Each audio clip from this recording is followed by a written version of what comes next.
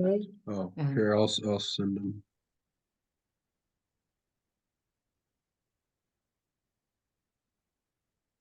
Host allows to record, so I shall record. Goody. All right. Seems like we're going. Hello, everybody. Welcome to the YssaH and Sean podcast, as well as our special, amazing guest of immense Mayan knowledge. Can you introduce him? For sure. Well, some people shall already know him. He's crispy. And for those who don't yet, he is very focused into Mayan embodiment. So we have had the pleasure of knowing Crispy for a while now. Actually, I had the honor that he translated my Mayan embodiment and also Sean's before our trip to Mexico last year in October 2023. And in my experience, as you know, how I feel about a unified consciousness and bringing in all the information and wisdom of ancient civilizations, the importance of allowing ourselves to be holders and deliver this wisdom is quite important. So my resonance and our resonance with Crispy's knowledge is vast. So thank you for being here, Crispy. It's an honor. I'm so glad you invited me. I'm very excited and happy to pass along the wisdom of the Maya, the Mayan calendar, and what we can call Mayan astrology, quote unquote. Although I would like to start off by saying that this is the Mayan calendar, and it's not related to the stars or the moon or the sun or the planets at all. It's basically DNA, as you can see on my wall behind me. And yet, at the same time, it is a fractal of the precession of the equinoxes, which is incredible. Crispy, we would love to know what brought you to the Mayan knowledge. Good question. Back in 1998, I was a DJ in Vancouver and going to these parties, and there was a lot of higher states of consciousness being reached and connected with large groups. And one day, one of the guys I was doing a lot of events with, we were planning events together, DJing together. He said, "Hey, I'm having a Mayan calendar workshop at my house." And it was in May of 1998. Not quite sure the date. It might have been the second or third weekend in May. And, it just, that was my original download and awakening. They told us about, there was a couple of men and a woman. They told us about the DNA connection. And, they did everyone's Mayan birthdays. I went and got the tattoo 3 days later. So I was hooked. And then I started doing booths at the raves we were doing.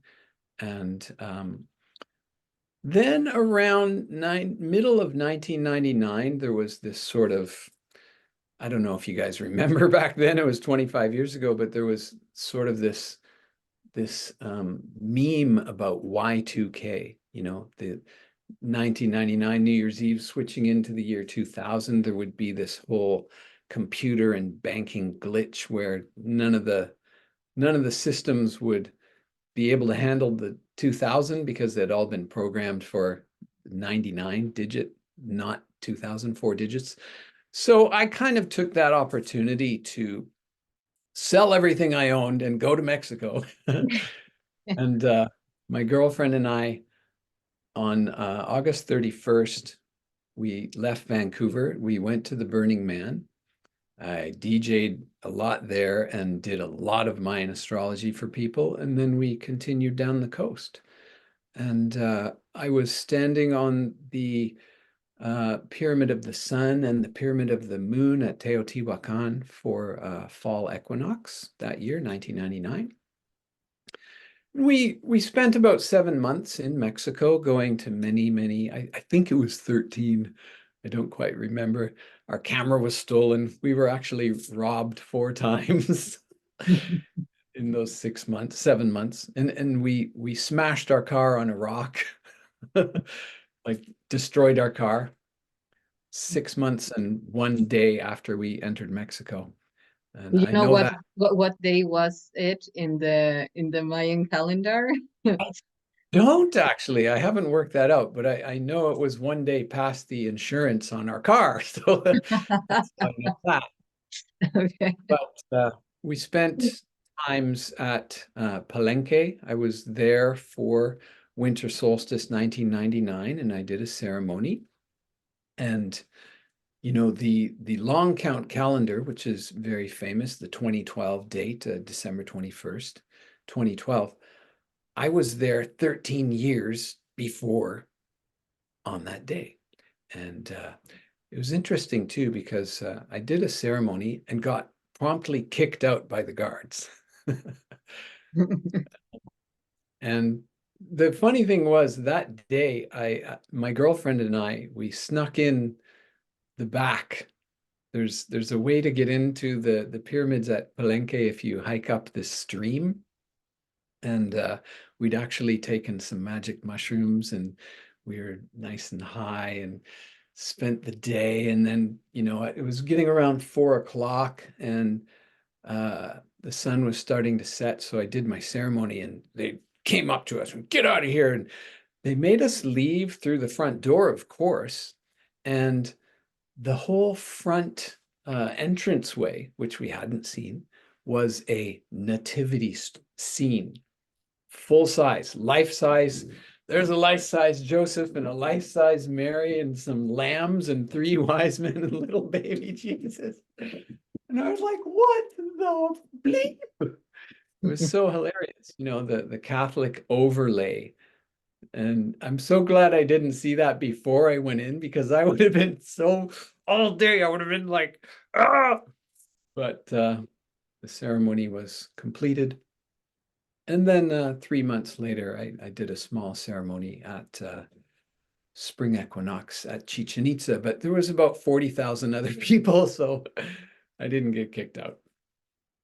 So yeah, that was the Maya in, you know, the close of the previous century. Then I met my wife and, you know, moved to Japan, got married, had children, and the Maya really took a back seat, as it were. Although we named our daughter Maya. So I think about Maya every day. But about 5 years ago, I suddenly became intrigued again. And I started following it daily, and I started trying to learn more about it, because I had put everything on hold for quite some time.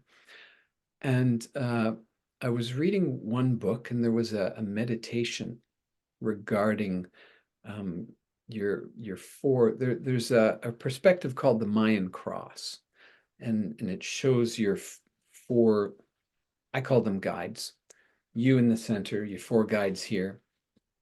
And I had been studying that for quite some time, and I couldn't internalize it.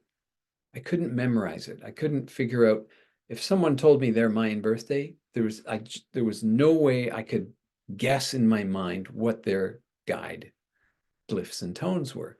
So I was sitting there in meditation one day, following the instructions in this book, and I got zapped with this, which is totally different to the Mayan Cross. It's not taught by the Maya at all, but it's me standing on my birthday. I literally felt my right hand being gripped tightly. My left hand was cradling, very gentle and opened. And I was thinking back to my past wisdom guide, and my eyes were on my future vision guide. The whole thing lasted approximately 1 second. Like, it was just blast. Oh, what the fuck? And it was gone. And it blew me away because I am not a visual meditator. Like I've been meditating for years. I've been to Vipassana twice, the 10-day meditation retreat. I've listened to maybe 100 hours of guided meditations. I don't get images, you know. I've had a past life regression where the person tried to hypnotize me and take me, you know, into the, and I don't see anything ever. And I've heard that's true of about 15% of people. Some people are very active visualizers and some are not. I feel things, you know, I'm an emotive, very feeling person, but I don't visualize. So to have this kind of blasted through and I literally felt it in my body was so extreme. And then, you know, I tried to actually tell, like I wrote the guy whose book I was reading. His name is Kenneth Johnson. He's written a couple famous books, Jaguar Wisdom and another Mayan astrology book. And I told him what happened, and you know, he said, okay. And I wrote another author who wrote this book. Where is she? I wrote her and I told her about it, and she was like, oh, that's interesting. But, you know, they basically said, well, it's your thing, man. And so I did more research, and there's nothing like it in the Mayan world. They don't teach it this way, but it's so now if anyone tells me their Mayan birthday, I can instantly figure out easily, and so can anybody else. That's the point. The rest of their guides. So that became Mayan embodiment, and I've been teaching that pretty actively for about 3 years now. You know, I've got the YouTube channel and my page on Facebook, and I do private readings. My book and website and app for the phone is in the works. Hopefully 2024 will be the year they are all available. And yeah, so I am very passionate about this, and the main reason being that it's an extremely healing modality, you know, because it's first of all based on human DNA, which also interfaces with the precession of the equinoxes. And because in many, many Mayan myths, they themselves say it came from the Pleiades. This is the galactic calendar. So it's very exciting to me, fascinating as it were. And I love doing readings for people.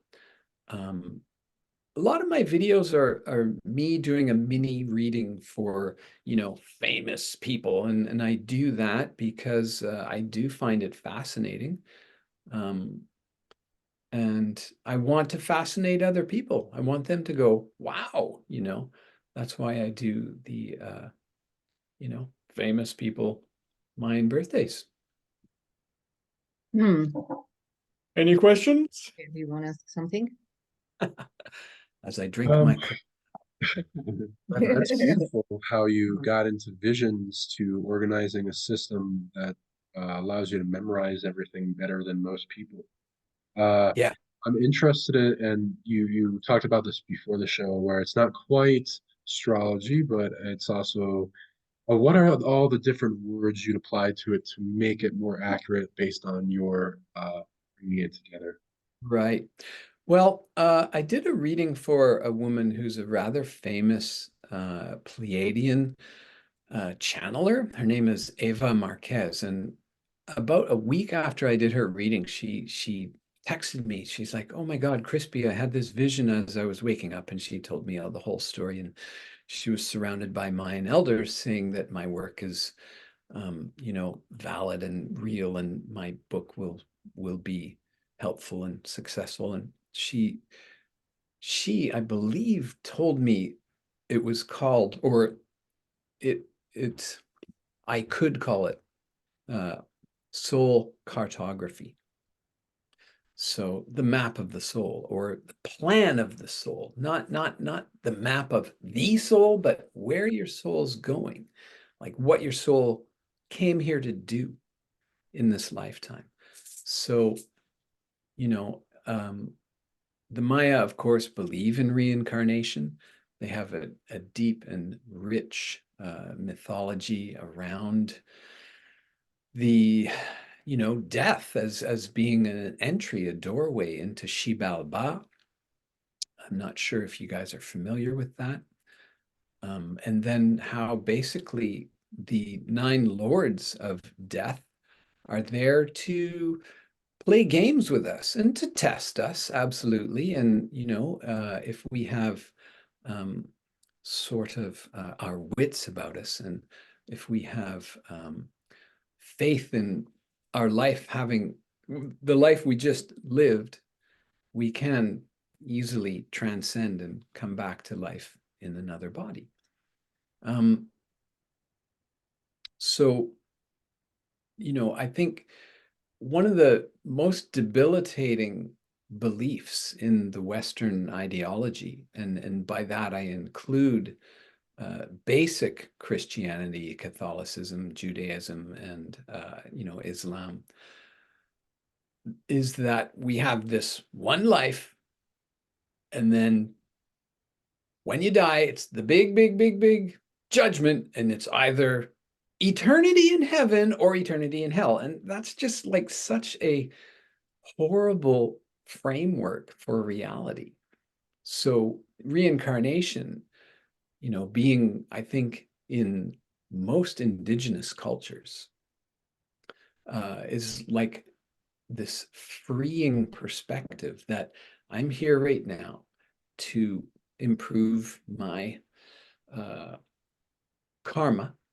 The Maya also believe in karma, and they believe in the chakras and kundalini. So there's this whole wealth of wisdom that's interwoven into their culture, and I include that in what I teach. This is how I teach the chakras. This is the 13-day that period of time that is often called a trecena, and that's a Spanish word meaning 13. And that is how I teach the chakras. So every person has a core self chakra connected to their progression. And of course, we all have all 7, and some glyphs, like your glyph, YssaH, you're called reincarnation. Your glyph is connected to the crown chakra, and you are tone 1, so you're connected directly to the root chakra. So your root and crown are more active in your soul's progression, I would say. All 7 of them, and there may be more, and I'm not debating that, and I'm not saying there are only 7. But I do feel that this is, you know, a very simple and valid way of teaching the chakras and chakra awareness. I remember you once told me, because if we are talking about 7, then we're talking about mainly the physical body, right? Right. So, and even though each molecule, it's a portal, you know, as you said, like keeping it basic, you know? Yeah. So also I remember that once we were talking that this system that the Mayans created based on Pleiades and as all this wisdom that came to understand how to sort and navigate this matrix. Right. So would you say that with this Mayan calendar that can be achieved to understand how time works and functions in this reality, that each day related to a tone and related to a glyph. I would love Yeah. for you to explain, because most people might not know what we're talking about what's tone, what's a tone, what's a glyph. Right. Yes. Well, these are the tones, and the reason that I call them tones, not everyone does, is because there's also 13 tones in an octave on the piano. And what we're really talking about is vibration. It's not number as in quantity. So 2 isn't twice as much as 1. 2 is a different vibration. So tone 1, you could think of it as middle C, although that's pegging it to something that it's not. But tone 2 is a higher vibration of tone 1, and tone 3 is one step higher. So it's vibration, it's quantity, not quality. So I do call them tones. And then of course there's the 20 glyphs. Now, this is one famous way to see the 260 days of the Mayan calendar, but it's also very cyclic. Tone 1 going around, there's 7, 8, 9, 10, 2 bars. And then 11, 12, 13. And then the 20 glyphs, glyph 1 and glyph 20. So this is the way that it's a little bit easier to picture. And that's exactly what happened to me here. I saw myself inside the wheel of 20. So this, more so than this, shows us that time is actually cyclic. And so what happens at the top, and one of the reasons I don't put all the tones, so this would be, for me, this would be 1, and then 2, 3, 4, 5, 6, 7, 8, 9, 10, 11, 12, 13, and then it goes to 1. So what this actually is a bunch of them, meaning it's like a slinky or a spiral. It's not 2D, it's 3D. It keeps going like this. It's a spiral, okay? So the Maya naturally believe that. They don't believe in linear time. They can't even slow the mind down to think of time going in one line, They naturally feel this cyclic spiraling of time. And that's the other debilitating factor of Western, terminology is time is linear. So it's not that yesterday was before today, but it was a slightly different vibration, And our days, we're on this planet that spins about 24 hours, and so that's our day. But what does that mean? What does that mean to the universe or even to the galaxy? Nothing. However, 36,000 of these is exactly the length of the precession of the equinoxes, and that blows my mind. So this is a matrix. It is a fractal. It is a hologram. And wherever your birthday is on here is going to help you understand where you fit into, let's just say, the galaxy, the Milky Way. The universe, there's a couple million or billion galaxies in the whole universe. That's a little too big for me. Let's just focus on our Milky Way. And, this helps us fit into that, I believe. Do you know, by the way, the how the 260 came together and what the 13 and 20 means? Well, I would love to hear it from you. Okay, so I'll let him go. this is 260 days, which is approximately a human gestation period. I believe it's almost 9 months. 29 multiplied by 9 is 261. 9 by 9 is 81, and then 9 by 2 is 180, and blah, blah, blah. So 261 days is 9 times 29 days. So this is approximately human gestation period. Additionally, the human body has 13 and 20 woven into it. 20 is very easy to figure out from all of those. I can't get them both up here. Barring accident or anomaly, every human being has 20 fingers and toes. So that's fairly simple. Okay, there's the 20.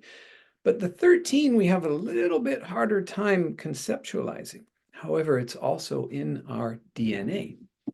So ankle is 1, knee is 2, hip is 3. Those 3 major joints.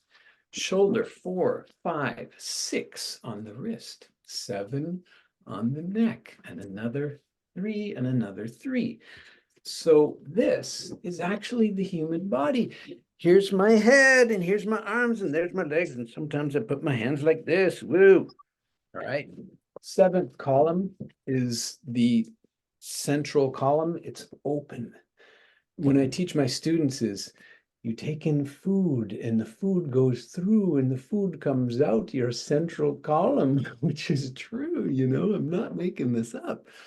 So the 1320, 20, very easy. 13, major joints of motion. So 1320 is in the DNA. This is my DNA, and this is DNA. So right there, I'm just like, oh my God, why would I even pay attention to anything else? And I can't. I don't understand other astrological systems.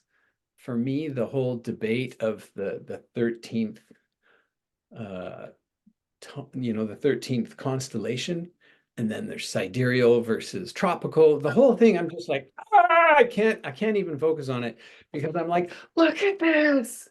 It's your DNA. And it's the precession of the equinoxes. So that's where I'm coming from. Well, actually, yeah. Well, actually, I want to tell you something about that. When I started decoding that, what you showed, that template, that DNA template, I came with the cube, that the directions. Can you show it again, please? Crispy, can you show the template, please, of the DNA? Or this? Yes. You see all the one colored in gray. Yes. They are generating a specific motion, right? Like from inside to outside, from outside to inside, from inside to outside, from outside. You know, yes, in such a precision, and they are all summing. They if you add them up, all of them are in between 9 and 13, which is the 9 Lord of Shivalva and the 13 tones. Yes, above and below. Okay, right. If There's you 50 add, by the way. yes, but you know, like what I did was like the value of each one of them, what it adds up, you know. So it's a very, very complex system that is equal in between 9 and 13. And if you add up 9 plus 13 is 22. Right. And 22 is also related to the mitochondria DNA for the 22 genes that transfer the RNA. So bottom line, I won't get too into, it's quite related to the galactic DNA, because the mitochondria DNA is that microorganism that came, that aerobial microorganism that came, and aerobic microorganism that came into an anaerobic microorganism, made symbiosis together, and then created what we know today as a cell that is present in our body. So the bacteria is a microorganism that comes from outer space, and it has a different DNA, the galactic DNA. In each one of our cells, we have two DNAs, the cell DNA and Okay. the mitochondria DNA. Wow. Awesome. DNA. Well, let me ask you guys, off topic, but what do you feel about how we were created? Do you think there was alien intervention? Let me just put that out there. Yeah. Go. You want me to go first? Yeah. I can You go go, you first. I don't know. Is yours one long? Because I haven't heard. Let's How go, about man. Stretch it out. yeah, well, this is based on like what I read from interaction and so many clients' DNA, and then it going back. It's a big one. Okay, so yeah, take it with a grain of salt. I'm not Yeah. belief on anyone, so feel free to just put it on the shelf. With at least DNA evidence, I read that we're a giant human experiment going on with this planet Earth Mother with a bunch of light beings at its inception, gods, positive ET groups at the beginning, and then lured in for various micro macro expressions of remedy for the whole of the multiverse to resolve drama, karma, and wars and bring them all to peace. Eventually bring the dark genetic lines that would then mass to where we're a combination of light and dark genetics for over 10,000 plus species combined together, with which most of the darks and a lot of neutral species were introduced with the Anunnaki because they went around collecting DNA, and they're not just one species. It's like a royal lineage of what like Anton Parks translated as like a matching group between the royal families of Syrian B and Orions, which were also geneticists and traveled around getting DNA. So they were super hybrids in themselves. So they could shapeshift into multiple races. This showed itself in the Anunnaki shapeshifting, the Egyptian gods shapeshifting, the Greek shapeshifters, Japanese, the serpent people, the winged eagle people, the various dog, feline races, and all combined together. And then we have this smut super hybrid-esque, but like lowered down, allowed to be turned into slaves, and then our ascension after descension back up to bring it all that drama up to remedy. Right. How about Beautiful. YssaH. Well, thank you.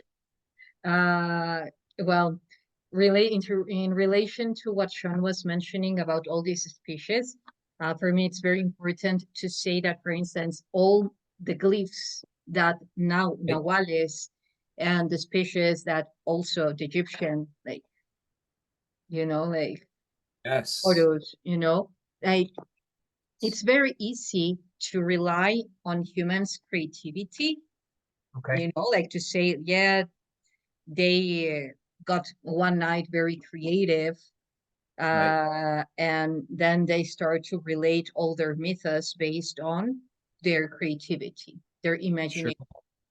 Well, that's one way to see it. Another one is that they were all the time creating statues, replicating what they saw, right? Like of Sure. the pharaohs, of the Right. kings, of the leaders, making all these statues. Right. Right? Then, because we used to replicate what we see, right? As the kids, as the little boys, you know? Exactly. Exactly. For instance, what does a little boy or a little girl draw? What he or she sees. It's simple, as you say, it's very simple, and we can only draw what we see. If not, ask the blinds, like people that are blind and were born blind. Right. They get to and this hybrid, you know, what Sean was talking about, the hybrid.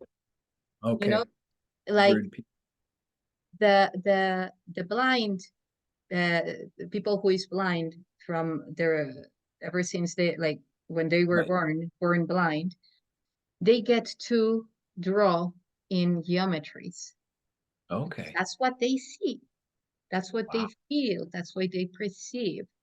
Yeah. And well, for instance, if we go from Mayans to Egyptians to Sumerians to Nabateans, which are the people that were located in Jordan, and we get Okay. to compare all the texts of creation, these ancient textbooks, and how everything was created, it all matches. It is all Right. entangled, you know? Yes. Sure. And for me, it's very important to, first one thing is I I studied fashion design, like Okay. studied. And for me, it was from the very beginning, I wouldn't like to listen or to see other designer creations, because then I would say that I was being slightly influenced by what Yep. they were dictating. Yeah. So as for fashion, for now, I've always have done my best to base what I say on my memories, Right. what I remember, you know. So ever since I was a little girl, I come from a very Catholic family, at least my mom is, and she would always talk about the creation of Adam and Eve. Okay. And then listening to science and saying, yes, the missing link. And I was saying, come on, Adam is the missing link. You know, like we had, you know, like Homo erectus, and all of a sudden, ta-da, and we have Adam. He is the Yeah. missing link. Someone created him. And my mom would stare at me like saying, like, yeah, right. Yeah, like you watch too much science fiction, you know, like Yeah. less science fiction on your doses, and that's it. So, and then I started to go deeper and deeper in those memories, and I would like remember and write what I remembered. Right. And then all these scientific texts will come, mostly now. Back then, it was like all about Darwin's theory on the human's evolution. Now that Sure. has been officially um, known as that's not the true origin of human, Right. scientifically proved. Like they have taken from the Neanderthal DNA, Yes. and it doesn't match with human DNA. Link. Actually, they were coexisting, you know, Ah, human was already there, you know, it yeah. was coexisting. Right. So, yeah, like if we look at the DNA and all of that, I was talking about the mitochondria, I was talking about, and there is a lot of potentially genes to be explored within our DNA. Right. Origin. So if we say how we have all this DNA that is still not expanded, Or functioning or something. functioning, Yeah. it has been shown that it has been capped. You know, there are Right. chromosomes that were capped. Who capped them? Right. What we knew as God, probably. Sure. Chromosome 2 looks like two spliced together retrotransposable elements, or like Wow. snipping of genetically engineered evidence for augmentation or genetics. Different, what is it, was it phages, there's like bacteriophages. There's like genetic code to that's added to our genetics that Oh, have different functions, such as limits, and have been expressed to been added to us throughout our evolutionary history and do different effects.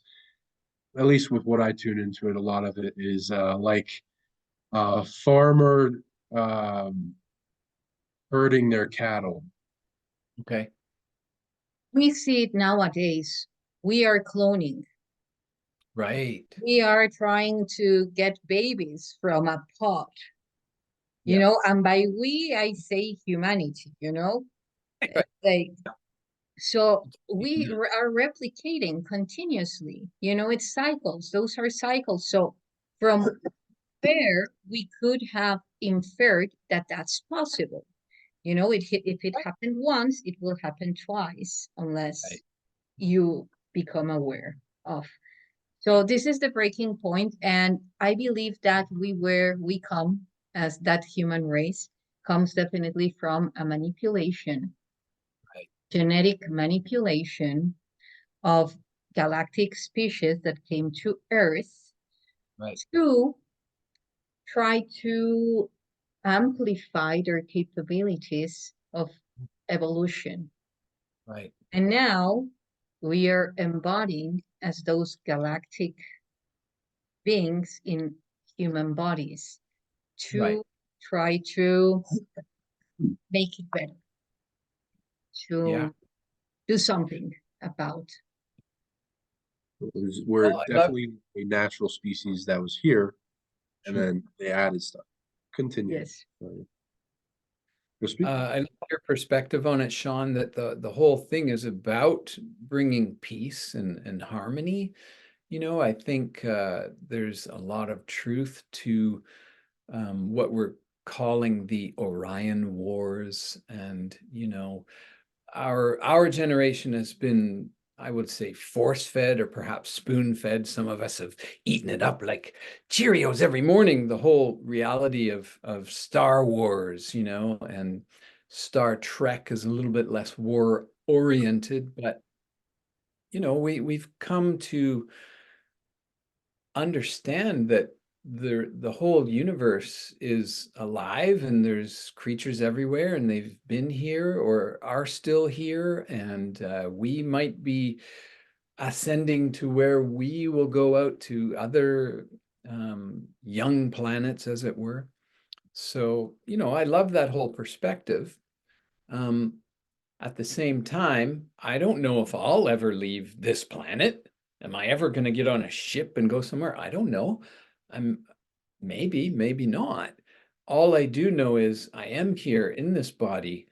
You know, I've got my wife, I've got my children, I've got you guys, I've got my friends, and I've got to get along. I've got to bring peace and harmony into my life right now. You know, I think a lot of us, especially in the last maybe decade or two, the term starseed has been popularized, and it's great. I love it. I am one for sure. But the potential or the, you know, the distraction is to ignore your life here and just focus on, you know, all this other stuff. And you have to be in this body fully, you know. That's what I believe, and that's part of the Pleiadian message also, by the way. So that ties it back in with me. The Pleiadians represent ascension. You know, in their first book, at least from Barbara Marciniak, of the Dawn, she said, you know, we are the Pleiadians. We represent uh, a whole culture that transcended, you know, 1 million years ago, basically. And they're trying to help us transcend individually. And what that means, transcending means getting over your own drama. It means transcending your own shadow, or, you know, you could say embracing your shadow, or what's another term? Embracing your lower self so your higher self can come more in your body. That's it, you know? So not trying to escape from anything, not trying to run away. Integration, right? So that's a big part of the Pleiadian message, and it's a big part of what I teach. Like each one of these has a dark side, you know. There's a shadow challenge with each tone And there's an ego drama with each glyph that I teach my clients, you know, what their likelihood of stumbling blocks might be. And we would love for you to give us an example.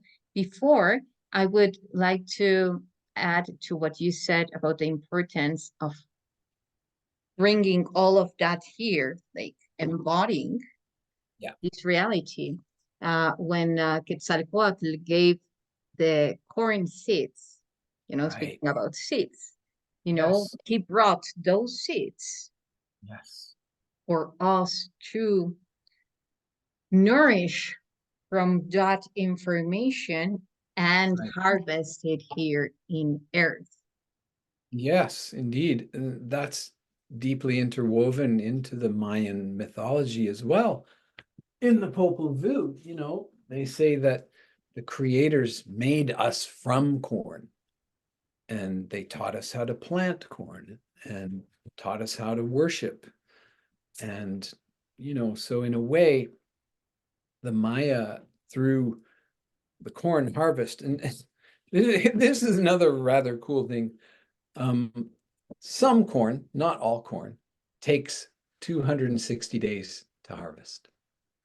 So no matter what day they planted on, they would harvest it that same day, 260 days later. Not all corn, but a lot does. So there's another connection there. And if each one of those, I'm sorry, but if each one of those squares is also a birthday of one human, that then represents, and actually it's the proof of the entangled universe that we are all one.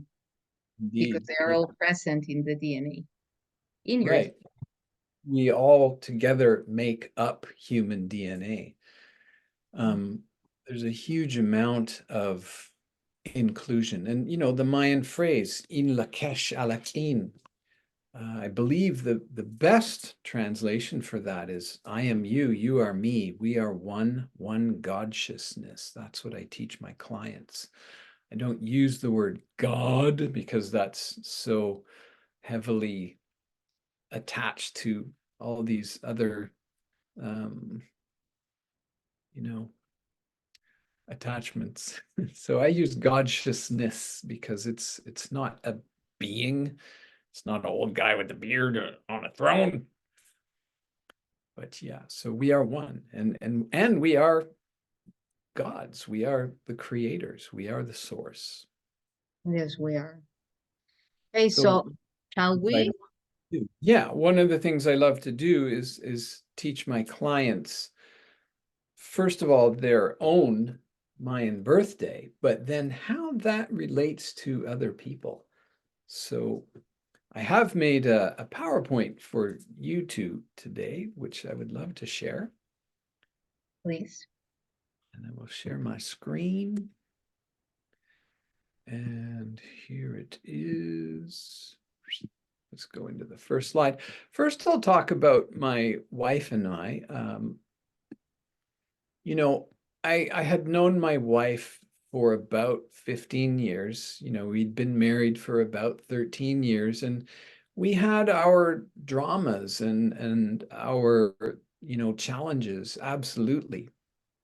But the one day that I figured out this connection between the two of us, it instantly dissolved so much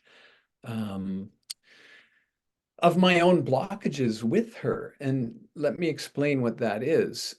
So this is me. I am 7 eagle, called reflecting eagle, and I have offering as my divine masculine guide. And my wife is offering. So she therefore has eagle as her divine feminine guide. So instantly, as soon as I learned that, I dropped all this drama that I had between us, because, you know, she has these qualities that I used to find irritating, you know, that used to bug me. Her masculinity used to bother me. You know, For example, with the children, if they're late for school, she'd go to the bottom of the stairs and shout, "Get out of bed!" You know, like this angry old guy, I used to think, right? Whereas I would walk up the stairs and go in to shake their foot and say, "Good morning, wake up, it's time for school." You know, that's just the way I am. And which is kind of more feminine, and her approach is more masculine. Well, guess what? She's my masculine guide, and I'm her divine feminine guide. So right there, as soon as I learned that, it absolutely dissolved any resistance I had to her masculinity. And, you know, she knows I'm a little bit more of the nurturing one with regards to the children. Now, it also happens that our son, Toa, he is my divine feminine guide. And, you know, I'll just tell a quick story. I took him into a pet store one day in Tokyo when we lived there. And we were looking at the pets and sitting down. And we went into the dog section and we were sitting down in the middle. And he started crying. And I was like, oh my goodness, you know, like, and he was primarily a Japanese speaker at this point. So it was hard to get out of him his uh what was beneath his tears, you know. But I came to understand that sure, all humans have divine feminine and divine masculine qualities. And so he is one of my teachers about femininity. And then for my wife and him, they are in their past and future positions. So big connection there. Now, I'll just point out that one of the most fascinating things about Mayan astrology for me is that it allows for the combination of two people. Because this is based on DNA, you can combine two people to make a third entity. And so this is what represents my wife and my combination. And I could go through this and describe all the connections. Here's my tone 7 there, and here's her tone 5 there. She's an empowering offering, and I'm a reflecting eagle, and we both have those in our combined astrology. But I'm not going to focus much on that. Here's the whole family. My daughter, by the way, is harmonizing obsidian mirror. So she is not in either of our charts. There's some overlap with some of the tones, but because my wife and son and I are the blue and the red, we don't have white or yellow in our charts. So my daughter is more individualistic, and I would say that is completely true. You know, So we're now, no comment to speak. what's that? Question? No, All right. you were saying? Now I'll get on to you guys. Sean, this is you. You are called an activating serpent. So that comes from being tone 3. And tone 3 is called activating, which is directly connected to the solar plexus chakra. And then the serpent is actually very connected to all 7 chakras because of Kundalini, which the Maya had a word for. It was in their vocabulary before the Spanish arrived. And here's your other guides. You've got manifesting rainstorm for your divine masculine guide, which actually the rainstorm glyph is quite femininely charged. It's connected to midwifery.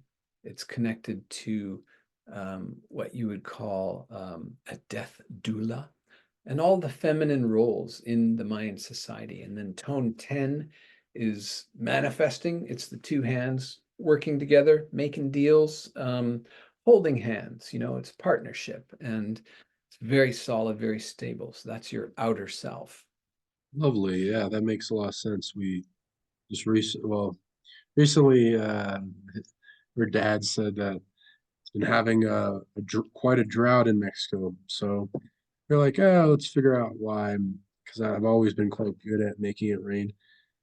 And Nice. there's a lot of um weird stuff going on with the rain gods, and so I was helping them out, and it started raining the next day, and then it's been raining for 8 days. So Oh, manifesting rainstorm. So Yes. you're already living you're embodying your Mayan life. That's fascinating. Um, your youth, basically up to age 13, would be harmonizing Gaia. And Gaia again represents, the earth spirit, so Mother Nature. So, the energy behind all life on Earth. It's big. It's a lot. Over to your divine feminine, patient monkey. So 9 again is tone 9 represents the 9 months of gestation. So very feminine energy there. And the monkey is creativity and play and performance. So your inner self, your yin and your more intimate self has a feminine quality, but also very playful and creative and artistic and, um, wants to be on stage, as it were. The monkeys, they're not shy. So for you to just be yourself, like an intimate self, is to be playful and creative and artistic. And then your future vision guide, which is going to come more into play after age 39. There's 3 cycles of 13 that bring in more of the future vision. And then definitely by age 42, this will come more into play. And resolving corn. Now, corn is the one glyph that is more masculine in your chart. So gradually you'll become more of this provider. As we mentioned, corn is probably the most sacred plant to the Maya. It may have come from the Pleiades or, Quetzalcoatl. And it represents these pillars of light coming from the earth. And then there's that line in the middle, which is the actual earth. And then pillars of light coming from the heavens. And people born on corn and whoever has corn in their chart, it's like they're standing on that line. The pillars of light are coming up. They're standing here and they are connecting the energy from the heavens to the earth. It also represents cane, like sugar cane, and reed and bamboo. So it's these plants that support human life, the family, the home. And then my little quirk is showing that tone 11, if we also conceive of it as being technically upside down, the Maya would show it with the dot on top. Oh, look at that celebration there. Who did that? We can add a lot of information requiring balance and also discernment. So to not get distracted by unnecessary things, to not be engaging in energy with people who are not on your path. Your path is straight up, bringing in the energy. And like I said, that's going to be your future vision. Any other comments about that? beautiful. Yeah, I also love to create things that help solve things, so that probably goes with the corn. Uh, so yeah, thank you very much. It sounds a lot like me, so it feels like it's very well put together. Thank you for this. Yeah, we're pretty good with that. It is my pleasure. So let's move on. And YssaH, this is the one I prepared for you a while back. And I'll just put that there for now. So you are tone 1, which is the initiator. And your glyph is called reincarnation. Some Mayan regions just call it death. But the Maya don't believe in death as an ending like the Western word death. So they definitely believe in reincarnation. It's also transformation. It's the movement through cycles. I think it's so cool that the term initiating combined with reincarnation. Well, how do you initiate reincarnation? Well, you die. So you die to your old way of being and you are reborn, which is quite fascinating. Now, Sean, I jumped right to your divine masculine, but YssaH, I'm going to do yours in order, starting with the past wisdom guide because it's tone 6 and your divine feminine is 7, your divine masculine is 8, and your future vision is 9. And that's the way for everyone. I'll just back up here quickly, Sean, to show you yours. Oops, that's the other way. So Sean, you're born on 3 and you have 8, 9, 10, 11. And that's the way it is for everyone. Whatever tone you're born on, you add 5, and that comes to your past wisdom. And then 6, 7, 8. You add 5, 6, 7, 8 to your birth tone, and that's the order. So I do teach them in that order. So you have the balancing obsidian mirror and knife, YssaH, as your childhood or youth and early adolescence information imprint. Again, balancing is that rollabola, so a need for balance. And also with both the rollabolas, either the double stacked of tone 11 and the single stacked of just tone 6, what it means is performance again. It's like, I'm getting up on this thing to show off a little bit. And if you fuck up, you're going to be on your ass. But there's definitely a performance aspect to it. Now, the mirror knife is about precision, and it's about there's a lot of healing energy to it, and also there's a warrior energy to it. Especially in the past with the Maya, you know, they used obsidian for war. So there's some energy of that in your past. Did that bring up anything for you? Well,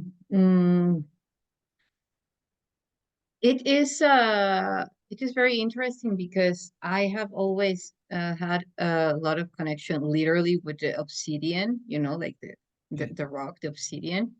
I have I can deliver a lot of not only ceremonies, but you know, like to use it at a very complex form. And all this inner wisdom about how to use the obsidian mirror, you know, have always been inherent to me. I have always also a knife. It's like it connects me. And now that you mentioned that warrior part, every time that I go to ancient sites, I get these really sharp, simple messages from the warriors in the sites. Yeah, that one of the messages that I mostly remember and bring in constantly is it was actually from the serpent, like the guardians. And it was about the warriors, that the strength of a warrior is measured through the temperance of its heart. Interesting. Wow. Like that's the true strength of a warrior, the temperance of its heart. Beautiful. High energy. And I'll come a little bit more to that with your divine masculine guide, but let's move up to tone 7 and your divine feminine guide, reflecting traveler. The traveler is the one that I call the happy camper. They are on the move. They like to keep moving and keep talking. They love talking about where they've been and what they learned and where they want to go. So the tone 7 again taps into your crown chakra.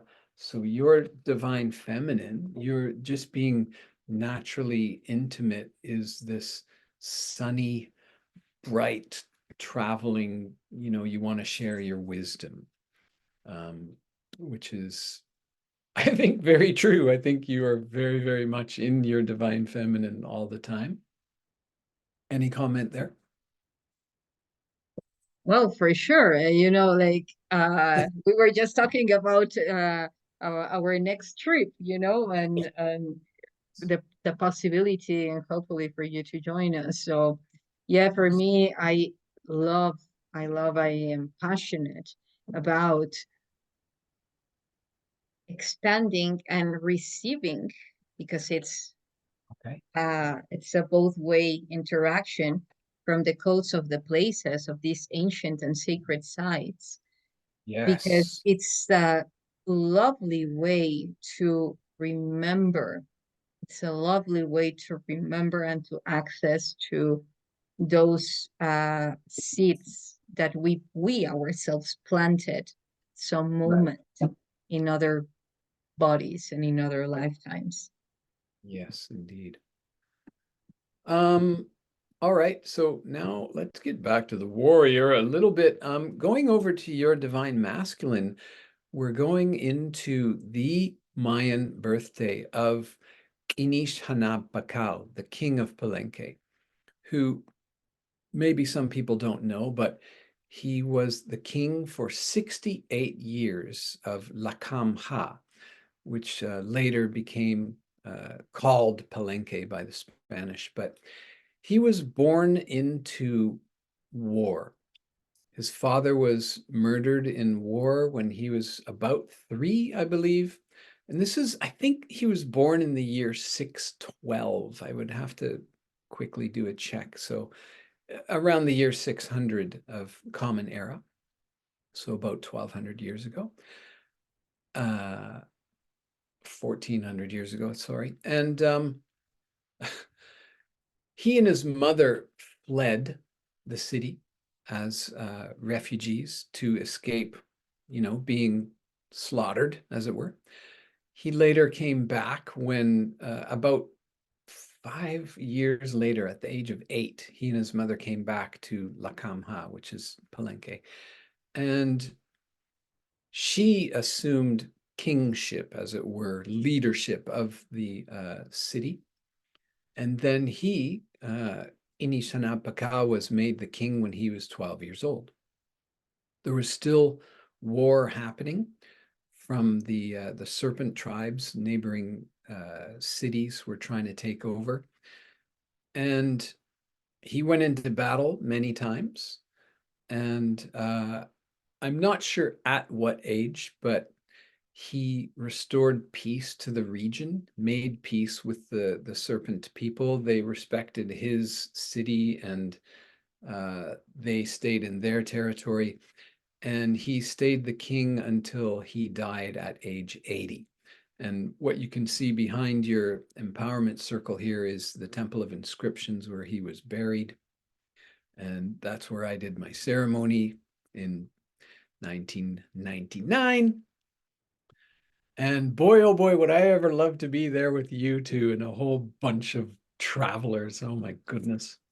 So there's that energy of the warrior. He, by any means, was trying to create peace, and that meant he had to go into war. So how does that sit with you, my friend? Well, again, it suits very well. It is very synchronized to my ways, because when I go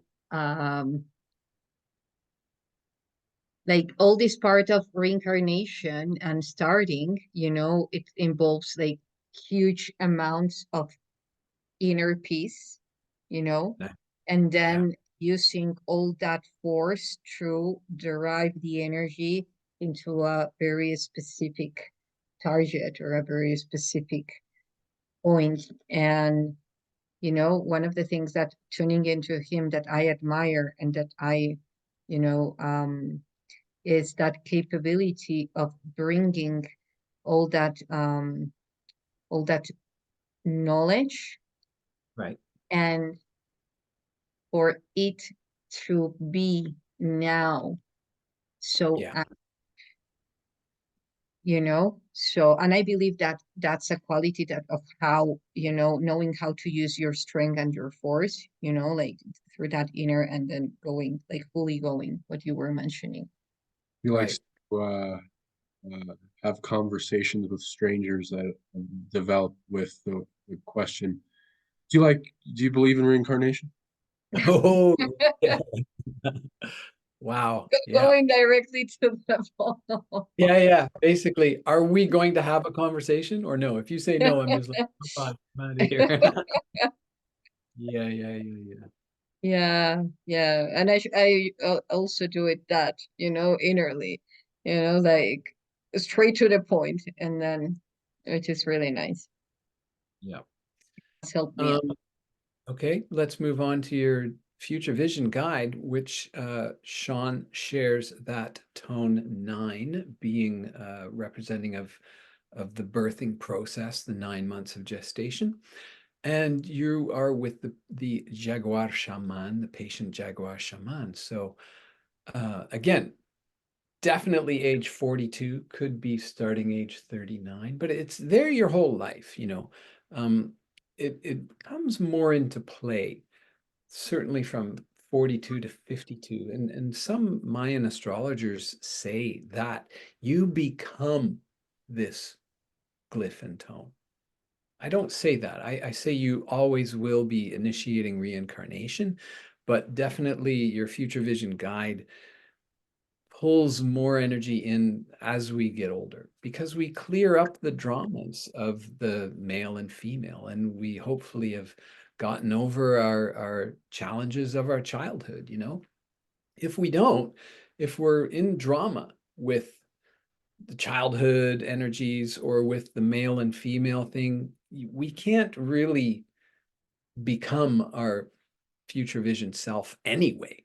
So if we have been doing the work, and if we are at peace with our childhood, which means at peace with our parents, and if we are at peace and in harmony and balance with our own innate femininity and masculinity, then naturally the future vision is going to be more important. So certainly the jaguar shaman, the healer, that's what they do. And patient has such a, you know, it's not just patient, right? So picture a jaguar, you know, waiting to maybe catch something. It's waiting. It's not patient just sitting there, la la la. No, it's like, I've got all this energy. I'm gonna do what I need to do when I need to do it, right? So there's a lot of intensity there with the patient tone anyway. It's not just about sitting there and tapping your toe. There's a persistence and there's a perseverance. And then, of course, the jaguar shaman is a very intense energy. There's a lot of singing to it. Tone 9 is directly connected to the throat chakra, right? And jaguar shaman, they must sing. They're shapeshifters, they're healers, they go into Shibalba to bring back these souls. So, and I'd like to point out that everyone who's born on reincarnation, such as you, has jaguar shaman for their future vision guide. So deep connection between, you know, this death and return and the shaman who goes into Shibalba to rescue souls. So this just thrills me. I just got, I don't know if you can see that, but all the hairs on my arms just stood up when I explained that to you. And this happens to me all the time. Like whenever I do a reading for someone, I just get so charged. It's so exciting. Beautiful. Any comments about your future vision guide? Yeah, definitely. For instance, it fulfills the cycle because reincarnation, from my experience, it takes, you know, like boom, you know, like most just taking the energy and going for it. And Right. you just mentioned the patience, and Yeah. which is using that energy to fully go, yet, you know, like controlling the pulse, Yep. you know, the rhythm, which goes perfectly with harmonizing solar shift, like, and the reflecting traveler, because it's like Yeah. connecting dots, weaving. So all put together, it's Right. that mastery of, because you mentioned a wide spectrum of what Jaguar represents at the shaman, you know, like that. So it's the full spectrum. And shaman, I recall that I once told you that shaman means the northern star. So Okay. it's like we are heading, like they call the northern star, you know, in the full map, Right. the shaman. Wow. I did not know that actually. Or maybe I forgot if you told me. A very, So yeah. the star by which we guide ourselves, you know, that everything else revolves around in a way. Yes, and you see the eye in the glyph, and I always get to draw the Right. eye. I mean, the omnivision. You know, it's like how Sure. Yeah. Yeah. how more perfect it can get. You know, the omnivision key, which is a huge symbol for me, a huge code for me, which is the eye here in Yeah. the. Yeah. Also, yeah. Okay. Now I'm going to talk about the combination of the two of you. So what I do for my clients, just to make things, there, yes, of course. Omnivision key. I mean, I don't know if you can see very well the eye, but here you will see. Certainly can. Yep. Awesome. And is this your book? Yes. And Cool. this is in Spanish, and now I have already finished it in English. I'm just about to polish it this Very year, good. sure. Super. All right. So one of the things I do for my clients is I just simplify things by using this Da Vinci code, as it were. And it puts the glyphs facing upright and it puts the tones there. It's a little easier to understand. So this is the exact same thing as I just showed you before with your empowerment circles. And what I'll just point out is that initially you two have tone 8 in that position here. It's on both of your masculine sides. YssaH, the divine masculine guide and the past wisdom is the right hand, meaning the left mind, and the left hand side, your future vision and your divine feminine is the left hand, so the right mind. And so that tone of harmonizing is there for both of you in the masculine side. And come along here. And then you both have tone 9 being that feminine tone of the gestation and the 9 months of the Mayan calendar. Being patient, you both have that on your feminine side. So that's the major connection between you guys. Because YssaH is white, this is the spiritual body. And Sean, the blue glyphs are the, oh, sorry, you're over here. I brought in the third one of you already here. Let me go back. No, go back, go back. Sean, you are a red glyph, meaning more physically oriented. You're in the body, and especially the serpent is very, oh, there's a party going on behind me. I wish someone invited me for that. Wow. The serpent is so sensual, you know, like just slithering along the ground naked. I wonder if you've ever done that. Do that on the beach, maybe. But it's very, very physical. And then your divine feminine and masculine are blue, so meaning emotional. So that's your primary mode, or you know, the primary way you process information is physical and emotional. And YssaH, you being white, your primary means is spiritual, and then your divine feminine masculine is the fire, so the mind, the thinking mind. So you guys cover all 4 bases there. Now, here comes the combination of you two. When you add the 6th glyph plus the 5th glyph, you get the 11th glyph, which is the monkey. Now, Sean, you already have the monkey as your divine feminine, and the two of you create a monkey. So that is such a powerful combination. Basically, what this means is the more that you are your inner self, the more harmony you will have with YssaH. Your relationship is the monkey. So it's fascinating to me. Now, I'm going to put all of us away here because I have a bunch of more connections to draw between you. As I mentioned, here's tone 8 and tone 9. That's already there. Now let's start looking at what's coming up from the combination of you, which I call Ishan, by the way. Not very creative. I think anyone could have come up with that. So, oh my goodness, look at all these interconnections. Starting with Sean, you've got Gaia as your past wisdom guide. And for all monkeys, Gaia is their divine feminine. So huge connection there.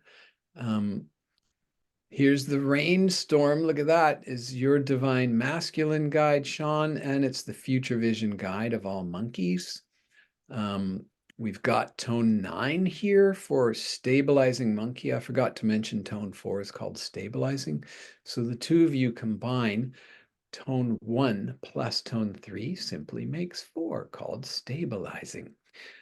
Then we've got serpent here. You are the serpent, Sean, and your divine masculine of the monkey is the serpent. So again, the more divinely masculine the two of you are together reinforces Sean's individuality. We've got tone 11 here.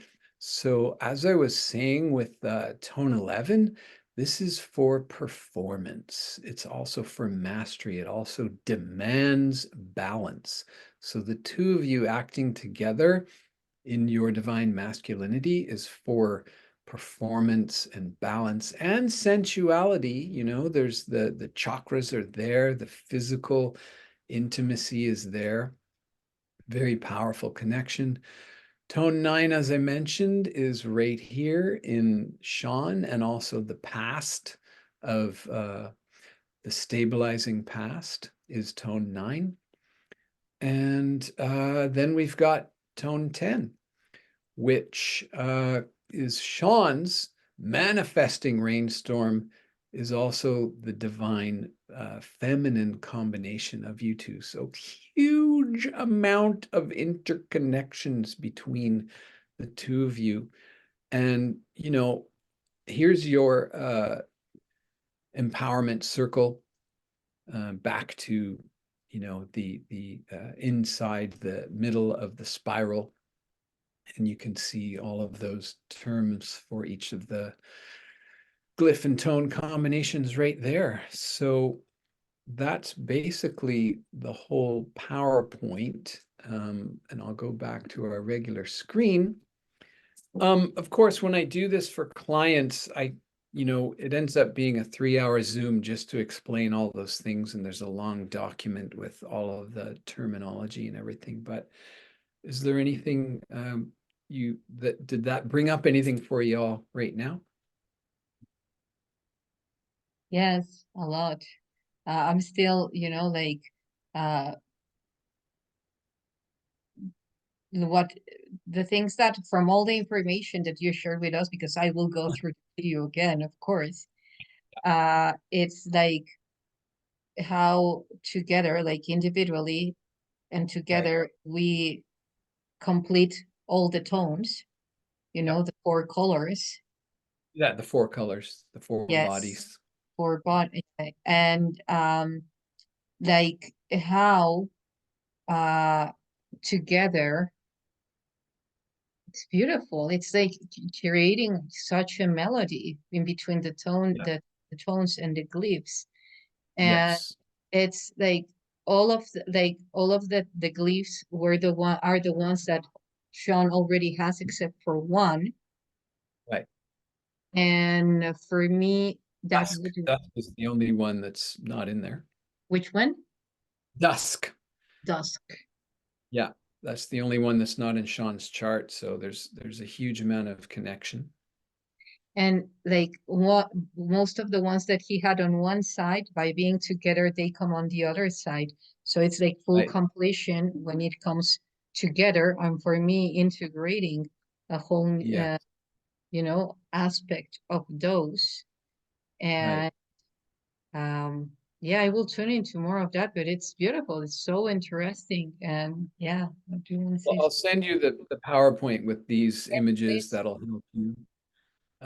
So basically, Sean being the serpent in the body and having the emotions here, YssaH, you're going to be able to tap into the emotions and the body through your relationship with Sean. Now, it's a little easier to do this with two people who are lovers, as opposed to, for example, a parent and child, which I do these readings for any two people. I don't like to do them for more than two people. It gets so complicated. It's too multidimensional. But I've done them for parent and child. And like I showed you with my family, the four of us, I showed all the interconnections.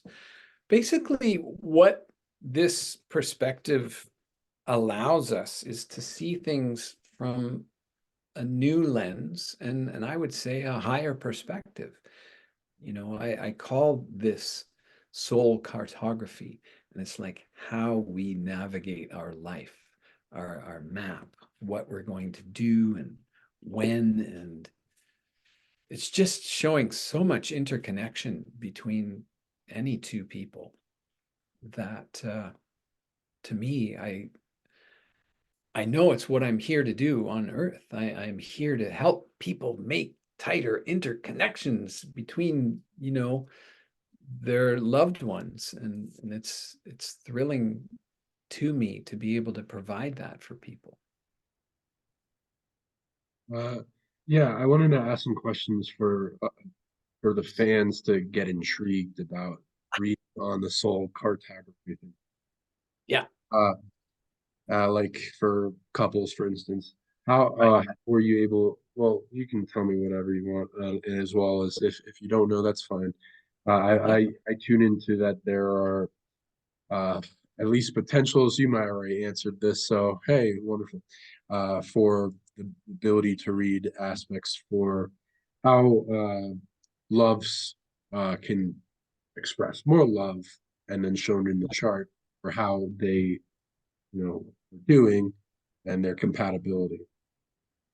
Okay. Well, one of the things I didn't mention at all with you guys is that, there are the darker elements or the shadow elements for each tone and each glyph. And what I do is uh, when I'm with my clients, I highlight those elements and we do talk about them. And there is a process to shine the light into that darkness and bring them out.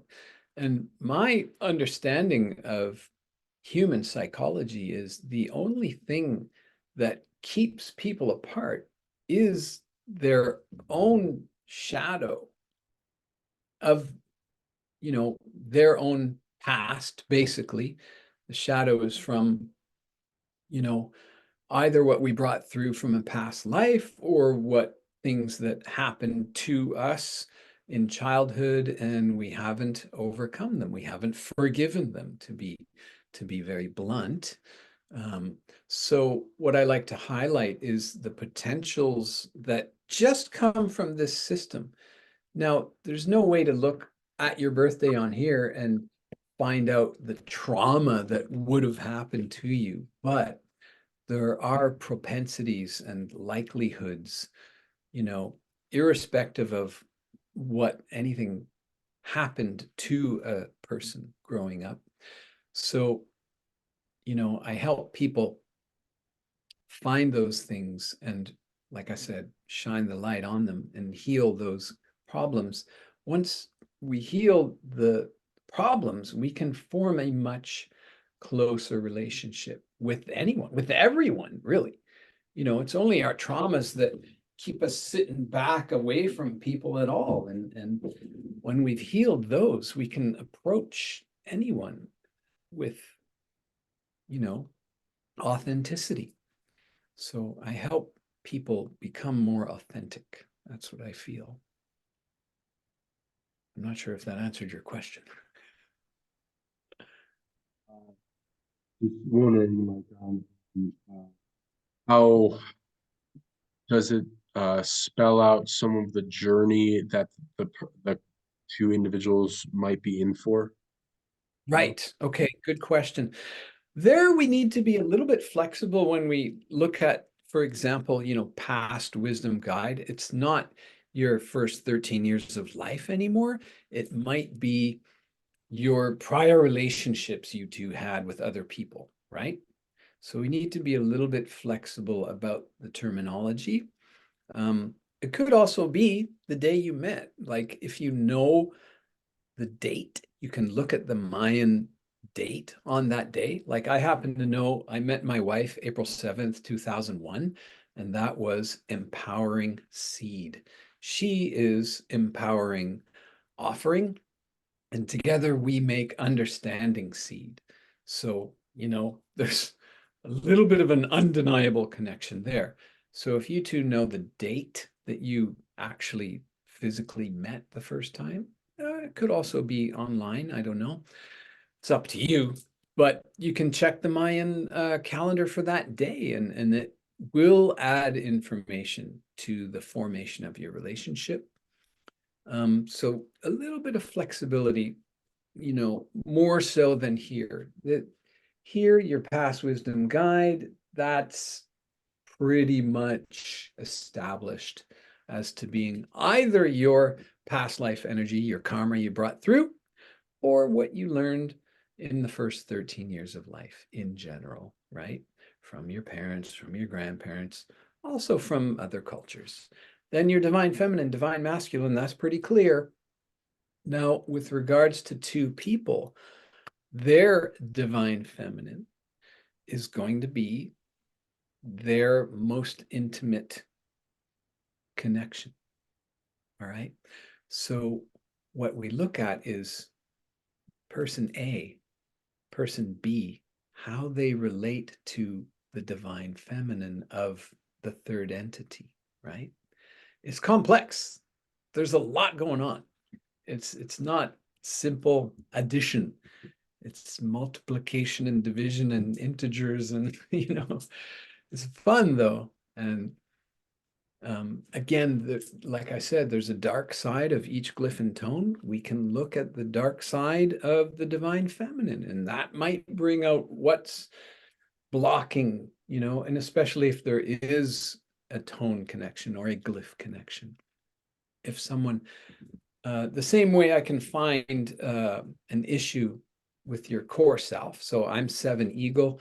Tone 7 represents the top of the pyramid. So one of our dark sides is this hyper competitive superiority.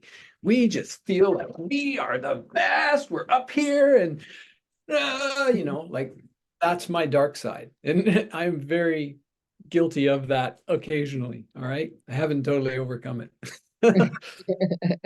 Then the eagle, the dark side of the eagle is escapism. And it's like, fuck you guys. So, you know, I'm very aware of those things. Now, those qualities also apply to over here. So I can find anyone's dark side with their divine masculine.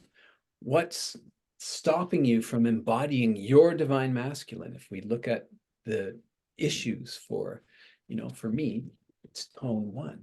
So major issue for tone 1 is incompletion, not following through.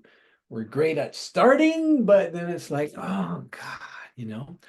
And then the offering, which is my wife, by the way, as I said, you know, these are the people who make prayer, who give offerings. They're in tune with karma. They like to give and receive. And so a drama for those people is just disrespect. It's like, that guy, you know, or so if you put those together, it's like incompletion due to disrespect, right? That would be my block for embodying my divine masculinity. So I can do that for the whole thing. It's fun and potentially exhausting. I have to do a lot of clearing, which I'm quite good at. So I generally get very energized from doing a reading for someone. I have had numerous crying moments with a client, you know, like I am willing to go there with anyone. You know, I've had clients who've had all the possible traumas we can imagine, you know, and I'm ready to go there with people. And Yeah, you know, I go ahead. wanted to ask you, like, if there is a specific technique that you use besides translating the Mayan embodiment, besides channeling and reading it, which is a lot. A lot. Like, from your experience, is there a technique also that you would like to mention, or to, because you say that you go with them, you know, with all your clients? Right.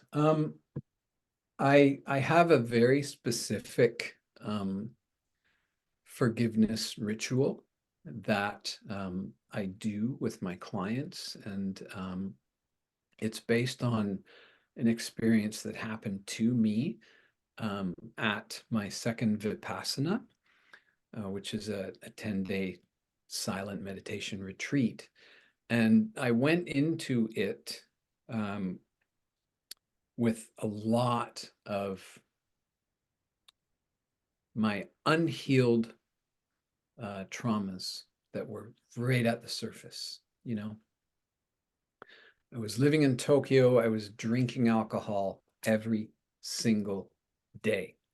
I was working at 4 different universities. I was on rush hour trains in Tokyo, just go, go, go 5 days a week. And then, you know, just getting shit faced on the weekends, basically drunk 7 days a week for a couple years. And all of this tension, it was all right there. And I went into Vipassana, and of course, it instantly came to the surface. And I stayed in my room. The Vipassana, I don't know if you guys know anything about it, but they wake you at 4 a.m. and at 4:30, you're supposed to be on your cushion in the main hall with everybody for 1 hour. And then they ring the gong. They ring the gong to wake you up. Then, you know, you sit on your cushion and they ring the gong, and you're there for 1 hour and they ring the gong, and then you've got an hour off for breakfast or showers. There's no eye contact. There's no speaking for the whole 10 days. It's you inside of you, and that's all. Ostensibly. Of course, people do influence you, and I was being very influenced. I was so angry at like everything and everyone. So on day 2 in the afternoon, I stayed in my room. And that morning, I had heard the teacher say, if a thought comes up and distracts you, just breathe in quickly and breathe out quickly and let it go. So I stayed in my room and I got in the meditation position and I did this.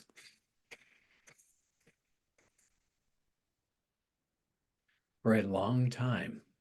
And on the in breath, I was saying in my mind, in. And on the out breath, I was saying out. And I just kept doing that. After about 10 minutes, I realized that my saying in and saying out was no longer connected with the actual body that was still breathing on that rhythm.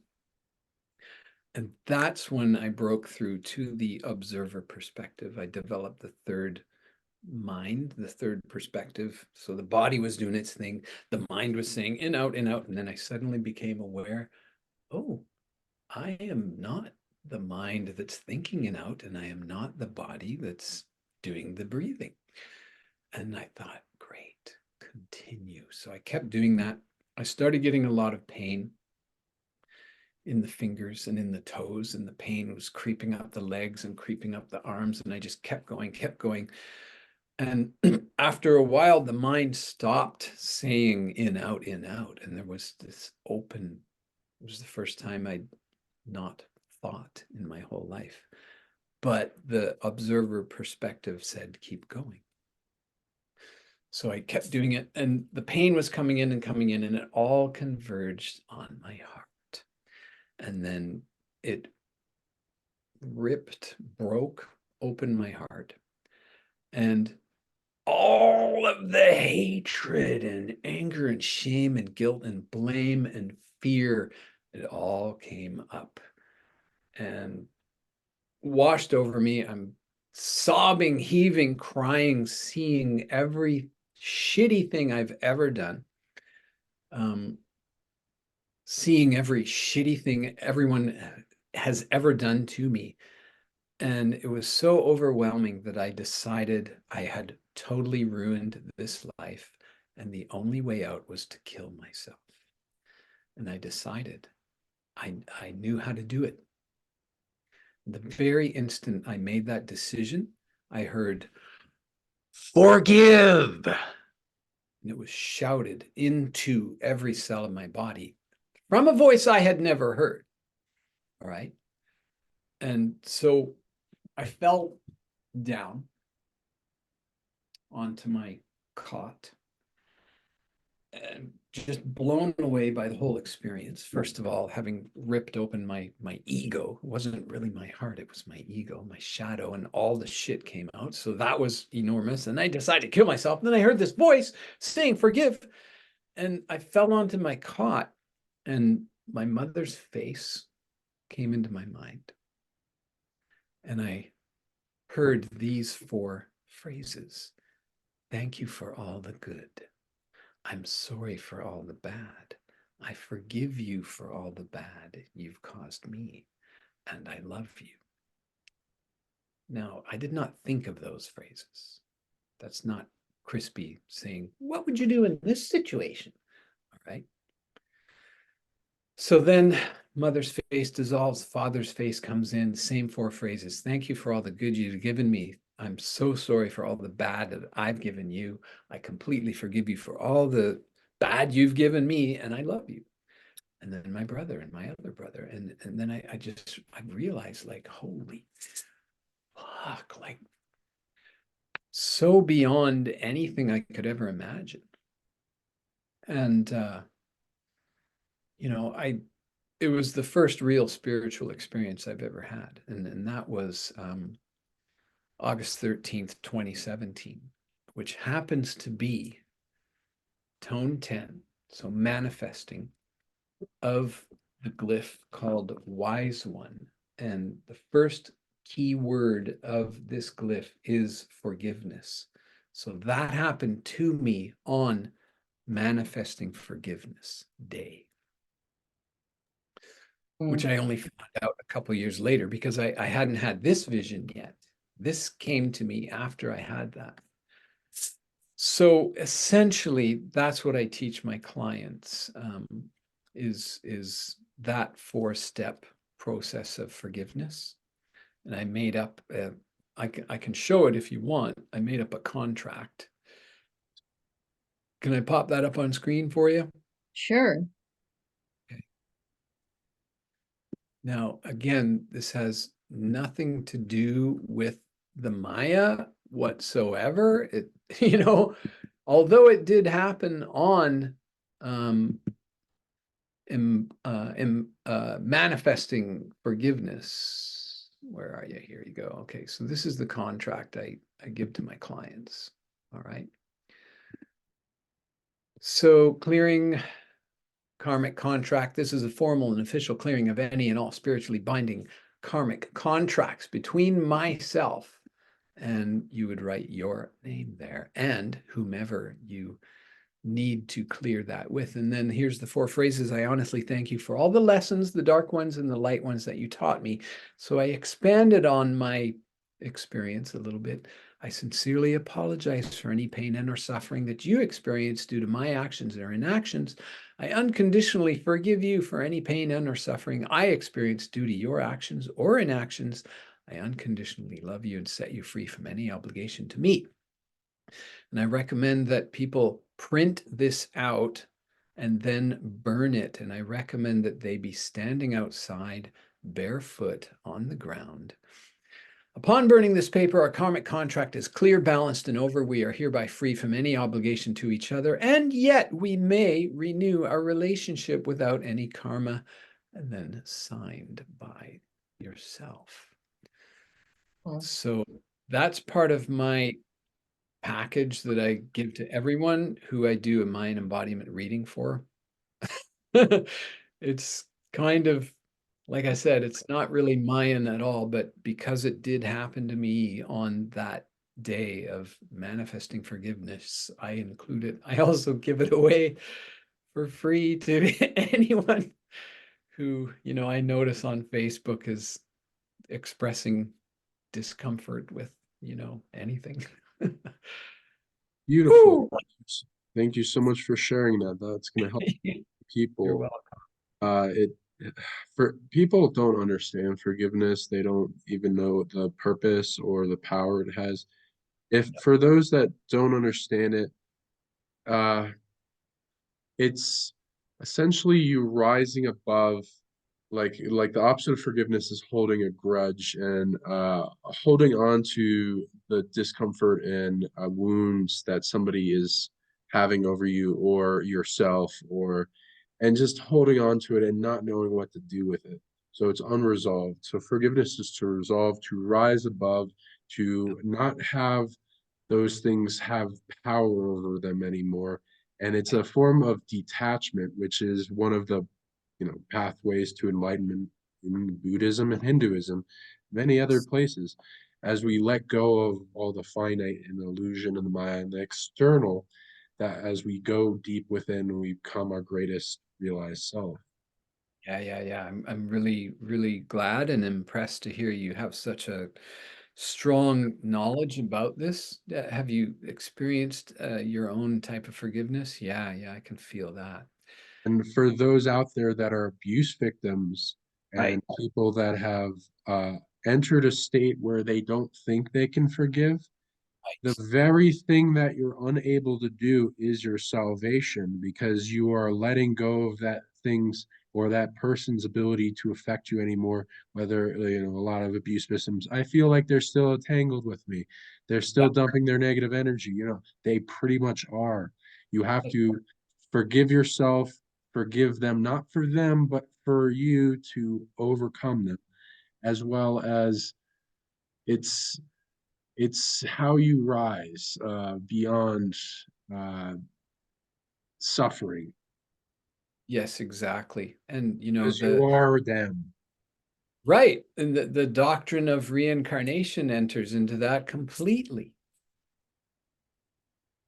The Yes. soul level. Yes, I all these mythos of the the judgment day, where for the Egyptian, where you come and they weigh your heart and it has to be as light as a feather. It's because of that all those feelings are very heavy for the heart. Yeah. And as you were saying, it's not anymore about the other one, it's about yourself and what you deserve, the freedom you deserve to feel, to embody. And Right. all those things are like lead your energy, because your energy then it's not in you, it's in those situations, in those events, in those that people. And as the Mayans would focus in very simple and fundamental aspects of life, Right. you know, like having the energy in you and knowing how to use the different challenges offered in every day to Right. bring that energy to you, not outside, in you. Right. Yeah, and if you Well, aren't prepared to forgive your greatest enemy, or depending on how far you're wanting to ascend, the greatest opposer or whatever, then are you fully integrated with yourself as realized universe, God, whatever? Yeah, yes, indeed. Yeah. One of the heaviest things on the heart is, resentment and unforgiveness and the mind usually plots revenge at some stage. Those are such heavy energies, overwhelming. They pull you out of the here and now. You're always plotting, thinking about the past and plotting about the future. So it's so keeps you off the ascension path. And you know when we expand our reality to include reincarnation and therefore the soul, what we must realize is that we chose these situations. We attracted these people to traumatize us so that we could overcome it into an exalted state, into ascension. Once you take that, it's so empowering. It doesn't particularly make it easier, and it's still, painful. Like, I have cried so much. I have used that form about 40 times. And I've done the recapitulation. I've gone back and I've found those names. Who was it, in grade 3, the parents, of course, the brothers, the sisters, and then you can also put on the second line, you could put, the Canadian government or whatever, right? Like, you are clearing up your contracts. It could be. So we talk about these soul contracts that we've made as in a past life with, the Rosicrucians or whatever. Like, you can use that contract. And I also tell my clients to use it with yourself, of course. We need to forgive ourselves. Like, I have done so many shitty things to myself, like drinking.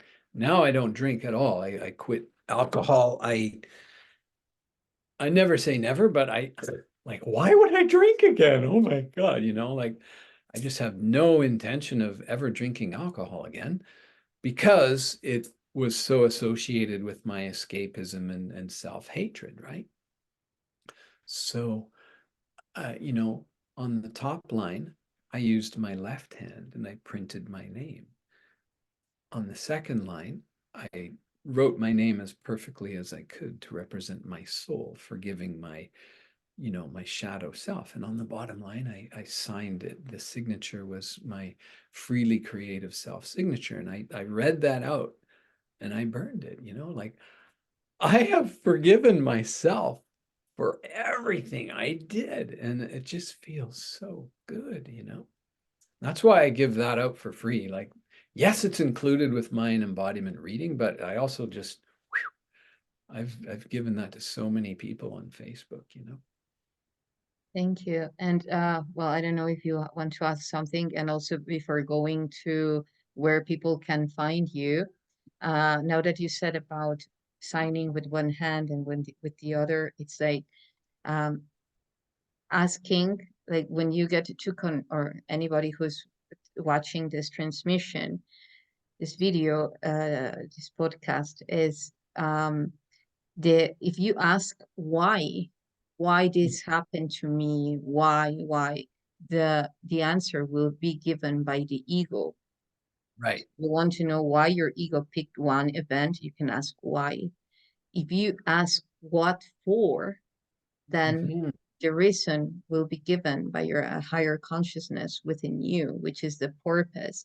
And that would be very aligned if you take the chart to your past Yeah. and your future. Right. Well, it is quite likely that, you know, a person will have the issue in their past wisdom. It could come from any of these. And like I said, of course, it may have nothing to do with your Mayan birthday at all, right? Especially in cases of abuse, like physical abuse. Now, I do recommend you find out your parents' Mayan birthdays, your siblings. If you know your abuser, find it out.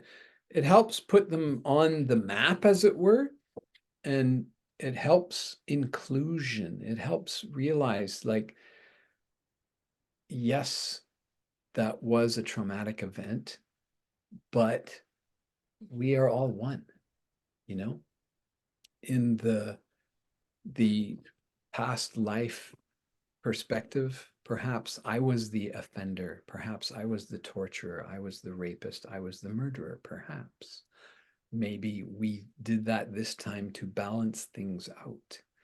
I don't know, maybe true, but it just, that perspective helps sort of soothe the pain of the one pure separate memory, you know, or the many memories. So there's a lot involved, and we are here to heal all of our traumas. That's it, you know. We're here to be fully empowered, fully embodied, and, you know, our divine sovereignty, our sovereign divinity. That's who we are, you know. And until we forgive ourselves and the people who we are entangled with, we cannot become divinely sovereign. That's my opinion. I think it's true.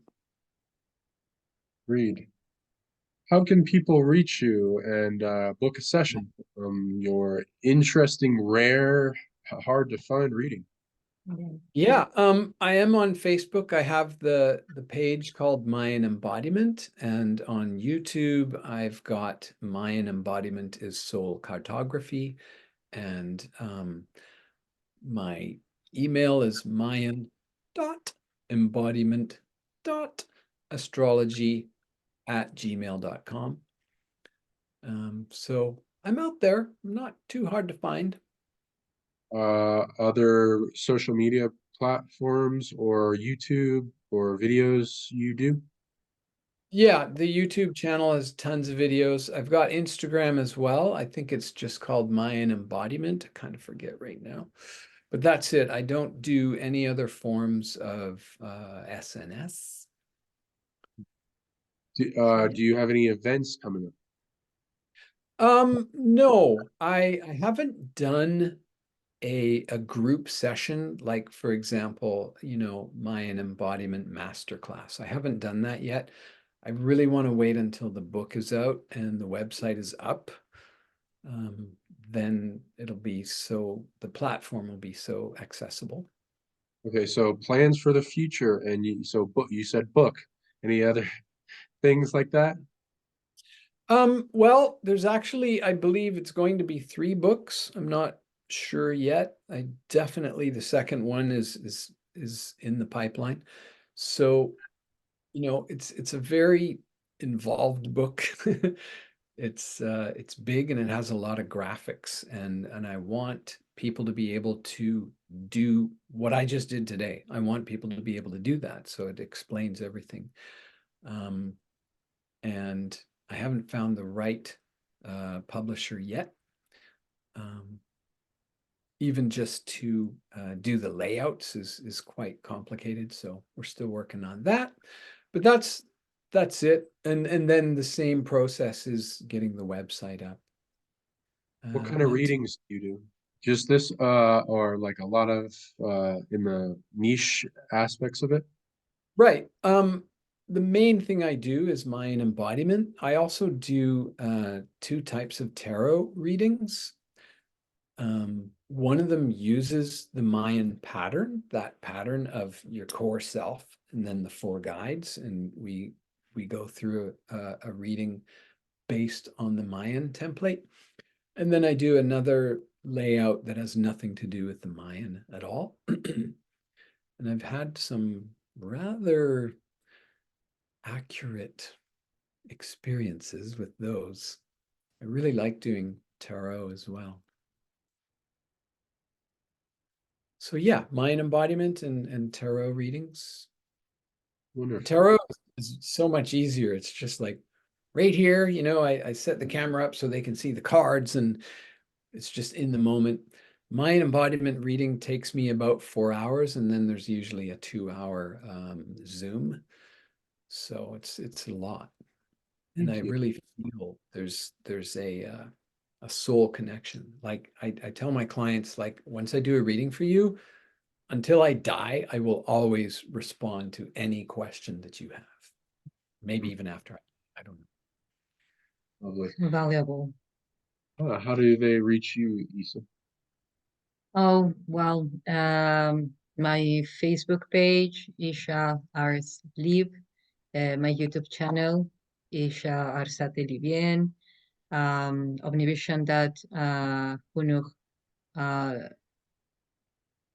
no, omnivision.hunuh at outlook.com, and www.omnivision/hunuh.com. Cool. And what's your stats, Sean? Yes. I am Sean Bond of psionicleague.com. I'm Psionic League YouTube with a P. And you can find me also on Facebook for if you want reading, and Instagram and X and all the other platforms. And I got some products up online for teaching superhuman abilities and healing pain, all that kind of stuff. And you can get consultations and readings from me as well. And we'll be doing more events in the future and talking about traveling in Mexico and doing tours in South America and stuff, possibly with Crispy. We'll see in the Exactly. future. I would love to manifest that. Leave it in the comments if you want to see more of these videos with us and Crispy. If you want to bring more of that Mayan wisdom down into the physical for your ears to hear. So yeah, and then smash that like button, share this all around to people that didn't know this was even a thing. Exactly. And the more we see of that, the more we will have Crispy on and other guests like him. Yes. Thank you, Crispy, for your time. Thank you, Sean. Thank you for sharing this beautiful space with such a beautiful and high energy and wisdom, ancient wisdom. We all are connected through different forms of technology. I call it technology to derive all this knowledge. And thank you again. And reach out to us. Crispy is such a beautiful soul that has so much to give, as well as Sean, as well as, we are all giving from our heart. So thank you, and looking forward to see you again and to talk to you soon. And thank you, all of you, for watching this transmission. Stay tuned for all the upcoming events. Yes.